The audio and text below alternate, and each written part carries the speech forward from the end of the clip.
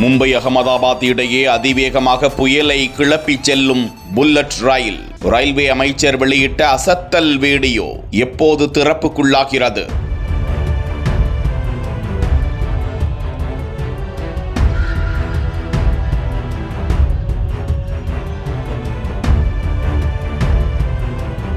சீனா, Japan உள்ளிட்ட நாடுகளில்தான் அதிகபட்சமாக 600 kilometre வேகத்தில் செல்லும் ரயில்கள் இயக்கப்பட்டு வருகின்றன.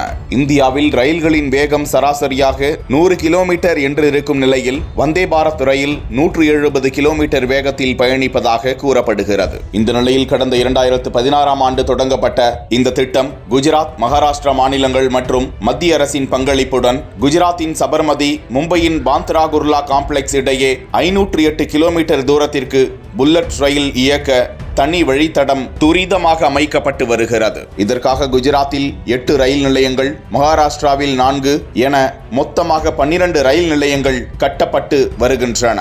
இந்த ரயில் செல்லும் வழித்தடங்களில் ஆறுகளை கடந்து செல்லும் பாலங்களும், 6 கிலோமீட்டருக்கு வளைவு பாதையும், 14 கிலோமீட்டருக்கு சுரங்க பாதையிலும், 7 கிலோமீட்டருக்கு கடலுக்கு அடியேயும் செல்லக்கூடியதாகவும், சுமார் 5.5 கிலோமீட்டருக்கு பாறைகளை குடைந்தும் வழித்தடம் அமைக்கப்பட்டு முடிக்கப்படும் தருவாயில் உள்ளது. இதற்காக 1,08 கோடி ஒதுக்கப்பட்டு திட்டம் முடிக்கப்பட்டு நடைமுறைக்கு வரவிருப்பதாகவும் 2026ஆம் ஆண்டு இந்த ரயில் இயக்கப்படும் என நிர்ணயம் செய்யப்பட்டிருந்த நிலையில் இது குறித்த அனிமேஷன் காட்சியை ரயில்வே துறை அமைச்சர் அஸ்வினி வைஷ்ணவ் சமூக வலைதளத்தில் வெளியிட்டு இருக்கிறார். இதனால் விரைவில் இந்த புல்லட் ரயில் சேவை தொடங்கப்படும் என கூறப்படுகிறது.